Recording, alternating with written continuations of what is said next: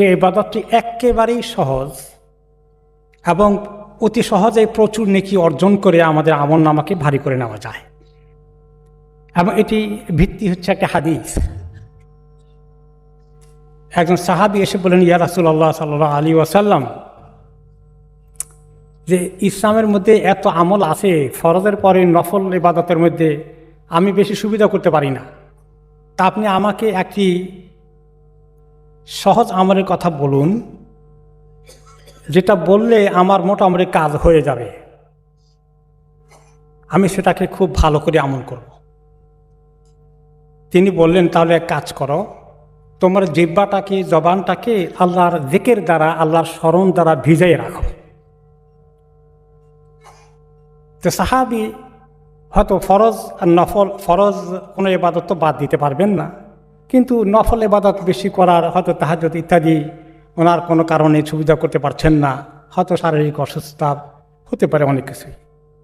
কিন্তু অতি সহজেই কোন নফল ইবাদতটা আছে যেটা ধরে রাখলে আল্লাহ তাআলা আমাকে অনেক নেকি দিয়ে দান করে দিবেন। তিনি বললেন যে তোমার জিহ্বাটাকে সবসময় সতেজ রাখো আল্লাহ তাআলার জিকির দ্বারা। তো আল্লাহ তাআলার জিকির সবচেয়ে বড় সহজ ইবাদত, আর সেটাকে আল্লাহ তাআলা বলেছেন সবচেয়ে বড় ইবাদত। ওয়ালা যিকরুল্লাহি আকবার, আল্লাহকে স্মরণ করা, আল্লাহ তাআলা জিকির করা সবচেয়ে বড় ইবাদত। যদিও সেই আল্লাহর জিকিরের মধ্যে সব ইবাদতই ঢুকে যায়। নামাজের মধ্যে যে জিকির আছে, নামাজ হচ্ছে অনেক বড় জিকির। আল্লাহ আকিমিস সালাত আলা যিকরি, নামাজ কায়েম করো আমাকে স্মরণ করতে। তো নামাজের পরেও এই যে নফল আজকার এই সুযোগ রয়েছে, এটা যে অনেক সহজেই আমরা করতে পারি, অথচ খুব ইজিলি, খুব সহজেই আমরা মিস করে ফেলতেছি। দিন এবং রাত পার হয়ে যাচ্ছে আমাদের জীবনে, অথচ আমরা এই নেকির আমল ভর্তি করতে পারছি না জিকির দ্বারা। কেন? আমাদের গাফলতির কারণে। আল্লাহ তাআলা আমাদেরকে তাঁকে স্মরণ করার জন্য খুব বেশি করে নসিহত করেছেন কোরআন এবং হাদিসে। তিনি কি বলেছেন? যে উযকুরুল্লাহ কাসীরা যিকরান কাসীরা, আল্লাহ তাআলাকে অনেক বেশি বেশি করে জিকির করো, স্মরণ করো। ওয়াসাব্বিহুহু বুকরাতান ওয়া আসীলা, সকাল সন্ধ্যায় আল্লাহ তাআলা বেশি বেশি করে জিকির করো। এবং তিনি বললেন যে বেশি করে জিকির করো, তাহলে তোমরা নিশ্চিত কামিয়াব হয়ে যাবে। এবং এই জিকির মানুষকে আল্লাহর অনেক কাছে নিয়ে যায়। এই জিকিরটা অতি সহজ, কিন্তু আল্লাহ তাআলা অতি কাছে নিয়ে যায়। এর মধ্যে অনেক কিছুর গ্যারান্টি আছে। যেই ব্যক্তি আল্লাহ তাআলাকে এইভাবে স্মরণ করবে, জিকির করবে, শয়তান তার কাছে বেশি সুবিধা করতে পারবে না।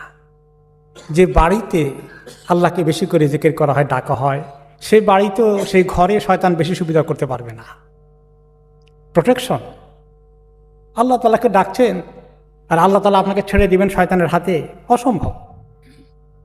কিন্তু যখন মানুষ আল্লাহ তাআলাকে ডাকবে না, জিকির করবে না, তখন শয়তান তার উপরে চড়াও হয়ে যাবে, তার ঘরে অশান্তি ঢুকিয়ে দেবে, তার নিজের মানসিক কষ্ট দূর হওয়ার কোনো রাস্তা থাকবে না। কোরআনের আয়াতে আল্লাহ তাআলা বলেছেন, যেই ব্যক্তি আমার স্মরণ থেকে গাফিল হয়ে থাকে, আমি শয়তানকে তার সঙ্গী বানিয়ে দেব।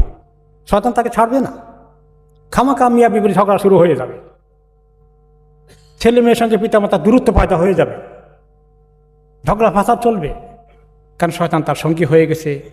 জিকির না করলেই আমরা কি হয়ে যাই? আমরা আল্লাহ তাআলার কাছ থেকে নিরাপত্তা পাই না, প্রোটেকশন পাই না, আমরা অতি সহজেই শয়তানের খপ্পরে পড়ে যাই। এই জন্য একটি কিতাব আছে জিকির দোয়ার জন্য, দিনে রাতে, সকাল সন্ধ্যা, শোয়ার আগে পরে, খাওয়ার আগে পরে থেকে প্রত্যেকটি কাজের আগে পরে। এই যিনি এই কিতাবটা লিখেছেন তার নাম দিয়েছেন হিসনুল মুসলিম। তার অর্থ হচ্ছে শয়তান থেকে নিরাপত্তা। তো এই জিকির এবং দোয়াগুলো যে কত নিয়ামত, একটি হাদিসে রাসূলুল্লাহ সাল্লাল্লাহু আলাইহি ওয়াসাল্লাম বললেন, যারা মুফাররিদুন তারা তো অনেক কামিয়াব হয়ে গেল। মুফাররিদুনটা অনেক কামিয়াব হয়ে গেল, অনেক এগিয়ে গেল আল্লাহ সন্তুষ্টি অর্জনে। সাহাবায়ে কেরাম বললেন, কারা এরা? তিনি বললেন, যারা অনেক বেশি পুরুষ মহিলাগণ আল্লাহকে ডাকে, জিকির করে, দোয়ার মধ্যে লিপ্ত থাকে, সকাল সন্ধ্যা তসবিহ করে, এরা সবার আগে কামিয়াব হয়ে গেল। যে বাড়িতে আল্লাহর এরকম জিকির স্বামীও পড়ে না, স্ত্রীও পড়ে না, বাবাও পড়ে না, মাও পড়ে না, ছেলে মেয়েরও নাই, ওই বাড়িটা একটা মৃত বাড়ি। এটা একটা মৃত বাড়ি, বা বাড়িটার মধ্যে কোনো প্রাণ নেই। এই বাড়িটা হচ্ছে শয়তানের আড্ডা।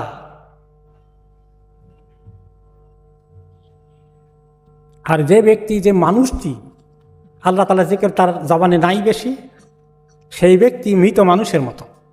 আর যে ব্যক্তির জবানে আল্লাহর জিকির অনেক বেশি আছে, সেই ব্যক্তি একটা জিন্দা মানুষ, জিন্দা দিল।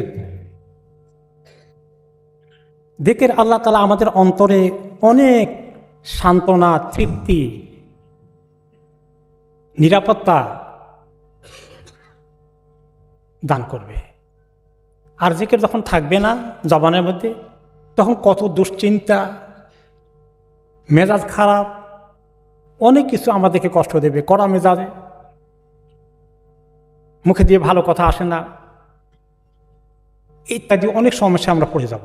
অন্তরের মধ্যে কত রকমের দুশ্চিন্তা, কুচিন্তা, এগুলোর বাসা বাঁধবে।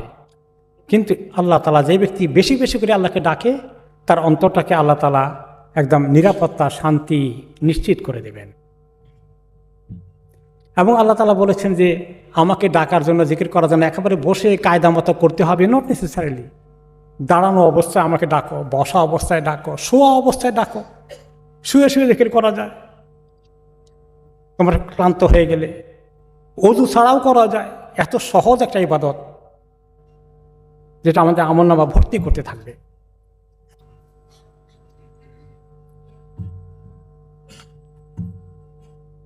এই জিকিরটা হচ্ছে একটি লক্ষণ, যে ব্যক্তির সঙ্গে আল্লাহ তাআলা সম্পর্ক আছে, তার সঙ্গে আল্লাহ তাআলা সম্পর্ক আছে, এটার প্রমাণ হচ্ছে যে সে বেশি বেশি আল্লাহকে ডাকে জিকির করে।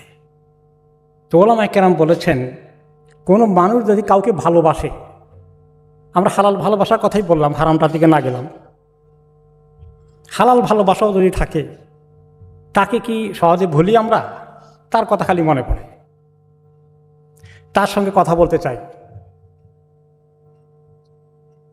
যত কথা বলি তত ভালো লাগবে।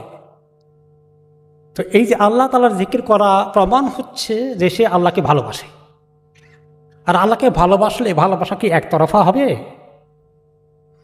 নিশ্চয়ই আল্লাহ তাআলা আমরা ভালোবাসা ফেরত দেবেন না। যে প্রিয়জনকে খুব মহব্বত করে, প্রিয়জনের কথা ভুলতে পারে না, ঠিক তেমনি বান্দার সঙ্গে আল্লাহ তাআলা এরকম মহব্বতের সম্পর্ক সৃষ্টি হয়ে যায় জিকিরের মাধ্যমে।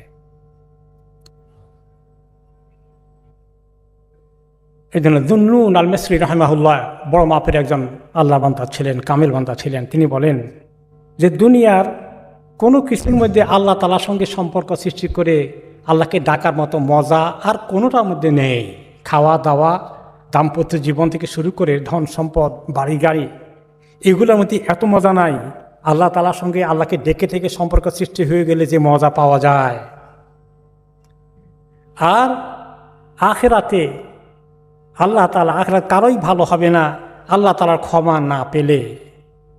আর এমনকি জান্নাতেও এত মজা আসবে না যতক্ষণ না আল্লাহ দিদার অর্জন না হয়েছে।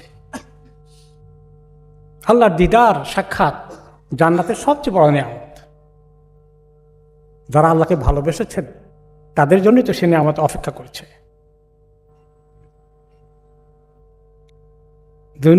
আরও বলেছেন, যে ব্যক্তি তার অন্তর এবং জবানকে আল্লাহ তাআলার জিকির দ্বারা ব্যস্ত রাখে, আল্লাহ তার অন্তরে আল্লাহর প্রতি আকর্ষণ, আল্লাহর সঙ্গে সম্পর্কের মজা একদম ঢেলে দেবেন। তা আমরা ব্যস্ত রাখি কি দিয়ে? আমাদের হাতে তো এখন মোবাইল ফোন আছে, ব্যস্ত রাখার বিরাট জিনিস জোগাড় হয়ে গেছে। সোশ্যাল মিডিয়ার মধ্যে সময় চলে যাচ্ছে। সকাল সন্ধ্যাতে এতগুলো জিকিরের লিস্ট তিনি দিয়েছেন, শোয়ার আগে কোনোটার খবর নাই আমাদের।